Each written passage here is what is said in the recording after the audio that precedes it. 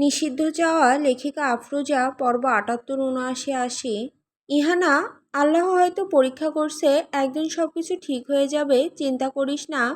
ইসরাত, আল্লাহর কত পরীক্ষা নিবে, তার চাইতে আমাকে নিয়ে গেলেই তো ভালো হতো।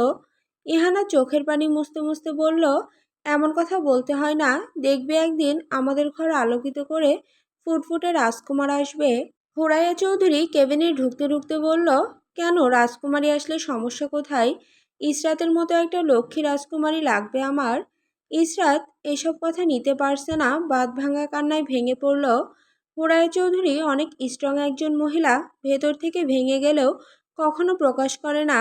ইসরাতকে এখন তার সাহস দেওয়া দরকার, তাই সে কোনোভাবেই ইসরাতের সামনে নিজের কষ্ট প্রকাশ করতে চাচ্ছে না। ইহানা, আম্মাজান ভাইয়া কোথায়, ভাবিকে দেখতে আসবে না? হুরাইয়া চৌধুরী, তোর ভাই একটা কাজে গেছে, কিছুক্ষণ পর চলে আসবে। ইহানাকে সরিয়ে দিয়ে নিজে গিয়ে ইসরাতের পাশে বসলো। ইসরাতের কষ্ট হচ্ছে, সজলকে আর ওকে ভালোবাসে না। হালকা কিছুটা ব্যথা পাইলে যে মানুষ পুরো বাড়ি মাথায় উঠিয়ে ফেলতো, সেই মানুষ এত বড় একটা দুর্ঘটনা হওয়ার পরেও দেখতে আসলো না। সে তার কাজে গেছে। সজলের প্রতি খুব অভিমান হলো, আর কথাই বলবে না সজলের সাথে। হুরায়া চৌধুরী ইসরাতের মাথাটা বুকের ওপরে রেখে জড়িয়ে ধরে বলল, পাগলি, কান্না করছো কেন? আমরা আছি না সবাই? যারা তোমার সাথে এত বড় অন্যায় করেছে তাদের কাউকে ছেড়ে দিব না। কান্না করছে একভাবে জড়িয়ে ধরে। চেয়ারম্যান সাহেব কেবিনের দরজার কাছে দাঁড়িয়ে ইসরাতকে দেখছে। ইসরাতের সামনে যাওয়ার সাহস নাই তার। মেয়ের এরকম বাঁধ ভাঙা কান্না দেখে নিজেকে খুব অপরাধী মনে হচ্ছে। মেয়ের কান্না সহ্য করতে পারছে না, মেডিকেল থেকে বেরিয়ে গেল। ইসরাতকে দেখার জন্য সবাই ভেতরে আসলো। রুহানি খান, ফাতেমা খান, ইলহাম চৌধুরী, আদনান, ইমতিয়াজ, পারভেজ সবাই ইসরাতকে সান্ত্বনা দিচ্ছে। ইসরাতের চোখ শুধু সজলকে খুঁজছে। এখন যদি সজলকে জড়িয়ে ধরে কিছুক্ষণ কান্না করতে পারতো, কিছুটা ভালো লাগতো। মির্জা চৌধুরী সাহেব, ভাবি কেমন আছে? আপনি এখন থানায় আসলেন, এমপি সাহেবের সাথে দেখা করতে যাচ্ছেন নাকি? সজল, ওসি সাহেব, তার প্রতি আমার কোনো অভিযোগ নেই, তাকে সসম্মানে বাড়িতে পৌঁছে দিয়ে আসুন। মির্জা অবাক হলো, সজলকে সে যতদূর চিনেছে সে এত সহজে ছেড়ে দেওয়ার মানুষ না। সজলের মাথায় হয়তো অন্য কিছু ঘুরছে। সজল, ওসি সাহেব কি বললাম শুনেছেন? মির্জা চৌধুরী সাহেব নিজের হাতে আইন তুলে নেবেন না, অপরাধীকে আমরা শাস্তি দিব। সজল, এক কথা দুইবার বলতে পছন্দ করি না, যা বলেছি তা করেন। মির্জা একজন কনস্টেবলকে ডেকে বলল এমপি সাহেবকে নিয়ে আসতে। গোলাম মোস্তফা খান, আমাকে একদিনও জেলখানায় আটকে রাখতে পারলি না, দেখলি আমাকে ছাড়িয়ে ফেলেছে আমার ছেলেপেলেরা। মির্জা, আপনাকে চৌধুরী সাহেব নিজেই ছেড়ে দিতে বলেছে, তার নাকি আপনার প্রতি কোনো অভিযোগ নেই। গোলাম মোস্তফা খান সজলকে দেখে ভয়ে ঢোক গিলল। সজল মোস্তফার কানের কাছে মুখ নিয়ে ফিসফিস করে বলল, তুই আমার সন্তানকে মেরেছিস, আমার স্ত্রীর শরীরে আঘাত করেছিস, তোকে আমি জীবিত রেখেই এমন মৃত্যুর স্বাদ দিব, মরার জন্য তুই আমার কাছে ভিক্ষা চাবি, বলেই বেরিয়ে গেল। গোলাম মোস্তফা খান মির্জা থেকে মোবাইল নিয়ে তার ছেলেদের কল দিল তাকে নিয়ে যাওয়ার জন্য। গাড়ি মোস্তফার বাড়ির দিকে না গিয়ে জঙ্গলের দিকে যাচ্ছে। গোলাম মোস্তফা খান, বাড়ির দিকে না গিয়ে জঙ্গলের দিকে যাচ্ছিস কেন? ড্রাইভার, মৃত্যুর স্বাদ গ্রহণ করানোর জন্য। গোলাম মোস্তফা খান ঘাবড়ে গিয়ে, কে তুই, গাড়ি থামা বলছি। পিছনে তাকিয়ে দেখে তার ছেলেদের গাড়ি পেছনে দেখা যাচ্ছে না। চিল্লাতে শুরু করে, গাড়ি থামা বলছি। ড্রাইভার গাড়ি থামিয়ে দিল। গোলাম মোস্তফা খান গাড়ি থেকে নেমে দৌড়াতে শুরু করলো। পিছন থেকে রড দিয়ে মাথায় বাড়ি মারল। মোস্তফা সজলের পায়ের কাছে গিয়ে পড়ল। সজল মোস্তফার চুল ধরে মাথাটা জাগিয়ে অগ্নিদৃষ্টি দিয়ে মোস্তফার দিকে তাকিয়ে আছে। গোলাম মোস্তফা খান, আমার ভুল হয়েছে, আমাকে ক্ষমা করে দে, আমাকে মারিস না, আমি মরতে চাই না, বলেই সজলের পা জড়িয়ে ধরল। সজল, তোকে আমি মারব না। গোলাম মোস্তফা খান, তাহলে কেন আমাকে ধরে নিয়ে এসেছিস, কি চাস তুই? সজল, তোর সাথে শত্রুতা ছিল আমার, ইসরাতের কি দোষ ছিল? তোর কোনো ক্ষতি করার ইচ্ছে থাকলে আমার করতি, তুই কিভাবে পারলি নিজেদের বাড়ির মেয়ের এত বড় ক্ষতি করতে? সন্তানটা শুধু আমার একার ছিল না, তোদের বাড়িরও তো নাতি ছিল, তোর একবারও হাত কাঁপলো না এই কাজ করতে? তুই কার সাথে ইসরাতের বিয়ে দিতে চেয়েছিলি, তার নাম বল। গোলাম মোস্তফা খান চুপ করে আছে, যন্ত্রণায় মুখ থেকে কথা বের হচ্ছে না। একজন বডিগার্ড এসে সজলের হাতে ছুরি দিল। সজল মোস্তফার হাতে কোপ দিয়ে হাত কেটে ফেলল। যেই হাত দিয়ে আমার সন্তানকে মেরেছিস সেই হাত আর থাকবে না। মোস্তফার চিৎকারে জঙ্গলের পশুরা ভয়ে পালাচ্ছে। সজল, চিৎকার করছিস কেন? তোর খুব কষ্ট হচ্ছে? আমারও এর থেকে বেশি কষ্ট হয়েছে যখন শুনেছি আমার বাচ্চাটার পৃথিবীতে নাই। আমার স্ত্রীর গায়ে তুই হাত তুলেছিস। গোলাম মোস্তফা খান, তুই আমাকে মেরে ফেল। সজল, তোকে মেরে ফেলবো।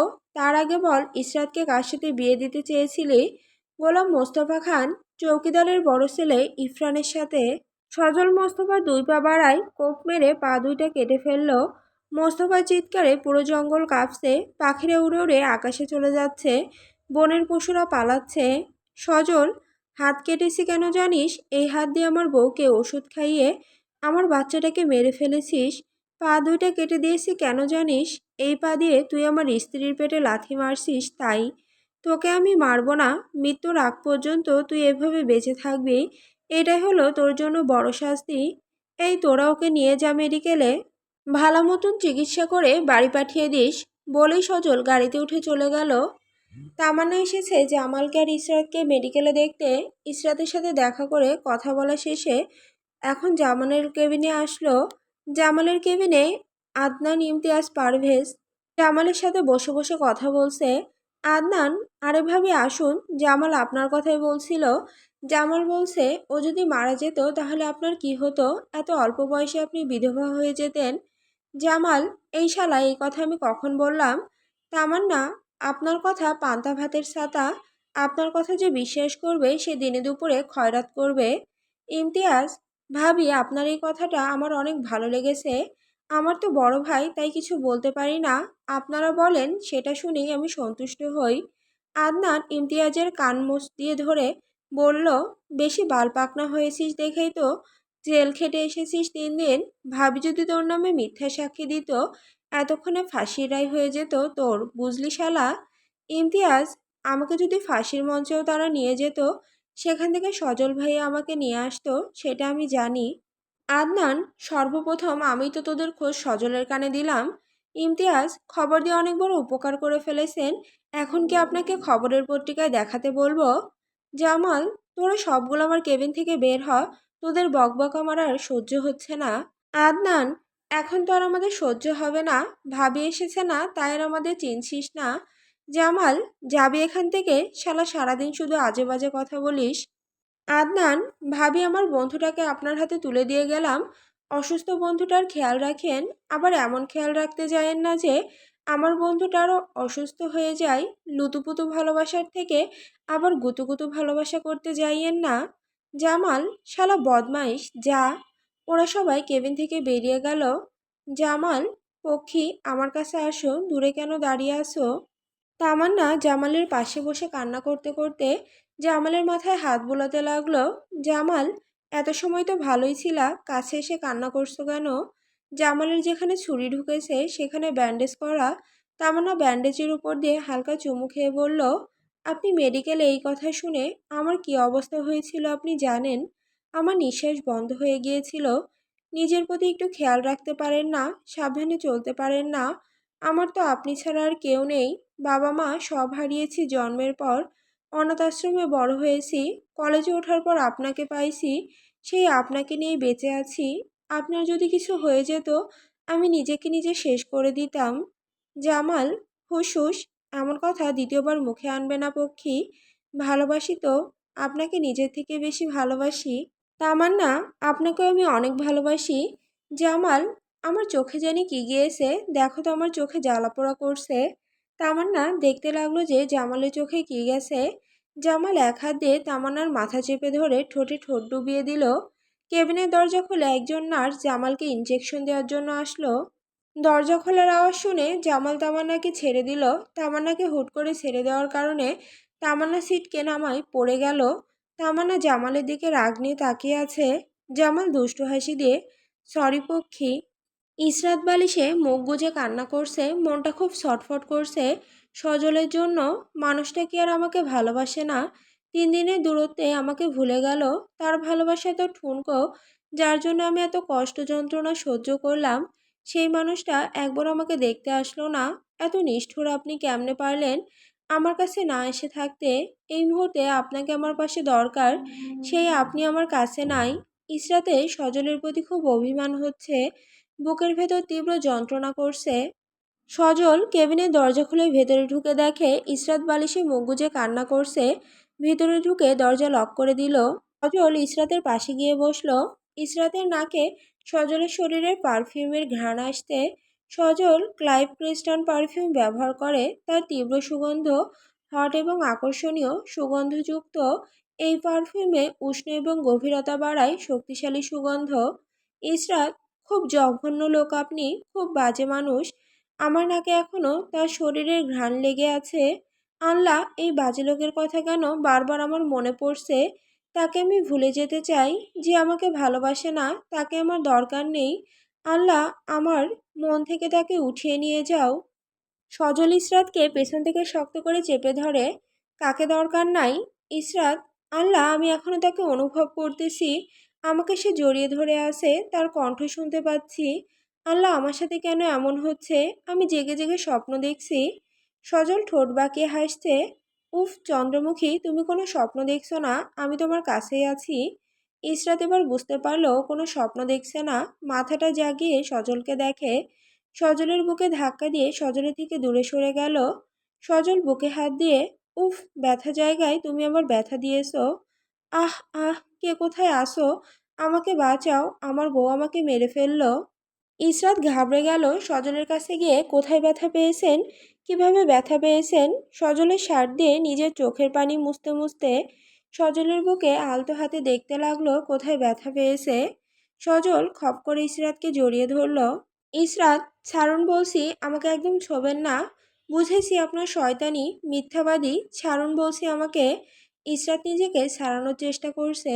সজল গাঢ় করে ইসরাতের ঠোঁটে চুমু খেলো। ইসরাত, একদম ভালোবাসা দেখাতে আসবেন না। আপনি পৃথিবীর সব থেকে জঘন্য মানুষ, খুব নিষ্ঠুর আপনি। কি করে পারলেন আপনি আমার সাথে দেখা না করে কাজে যেতে? কথাটুকু অবপূর্ণ হয়ে গলায় আটকে গেল। হু হু করে কেঁদে উঠল। সজল ইসরাতের জামাটা জাগিয়ে ইসরাতের পেটের উপরে মাথা রাখল। ইসরাত, উঠুন বলছি, স্পর্শ করবেন না। সজল, চন্দ্রমুখী, আমি আমার সন্তানের অস্তিত্ব অনুভব করছি। এখানেই তো আমার নিষ্পাপ সন্তানটা ছিল। ও হয়তো আশায় ছিল ওর বাবা গিয়ে ওকে বাঁচাবে, কিন্তু ওর বাবা হচ্ছে ব্যর্থ পুরুষ যে নিজের সন্তানকে বাঁচাতে পারল না। ইসরাত হাউমাউ করে কাঁদছে। আমার সন্তানের মুখটা আমি দেখতে পারলাম না। আমার সন্তানটাকে ওরা পৃথিবীর আলো দেখতে দিল না।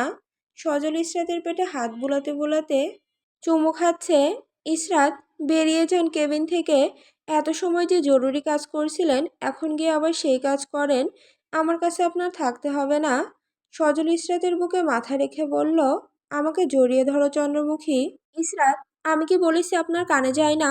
কখনো কোনো প্রশ্নের উত্তর দেন না, আবার হেয়ালি করছেন। জানতো এখান থেকে।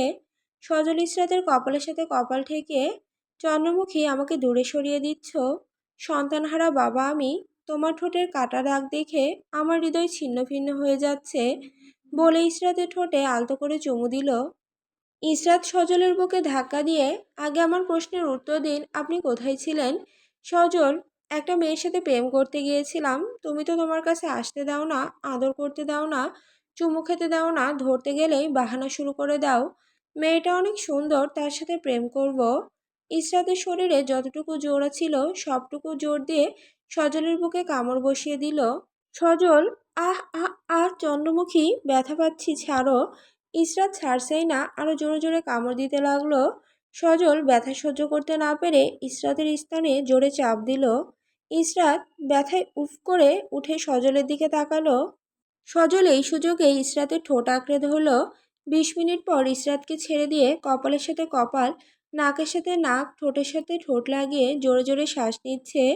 ইসরাত জোরে জোরে নিঃশ্বাস নিতে নিতে বলল, আমাকে এখন আর ভালো লাগে না, তাই না? আপনার ঠোঁট দুটো শুধু আমার, আপনার চোখ শুধু আমাকে দেখবে, আপনার হাত দুটো শুধু আমার শরীরের স্পর্শ করবে, আপনার গোল গোল চেহারা, খোঁচা খোঁচা দাড়ি, এই মুখে শুধু আমার হাত দেওয়ার অধিকার আছে।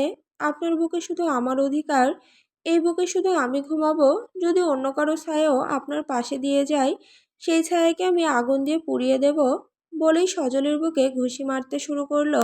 সজল ইসরাতের হাত চেপে ধরে কানের কাছে মুখ নিয়ে ফিসফিস করে বলতে লাগলো, চন্দ্রমুখী, ভালোই তো কথা শিখেছ। কে শিখিয়েছে এসব কথা তোমায়?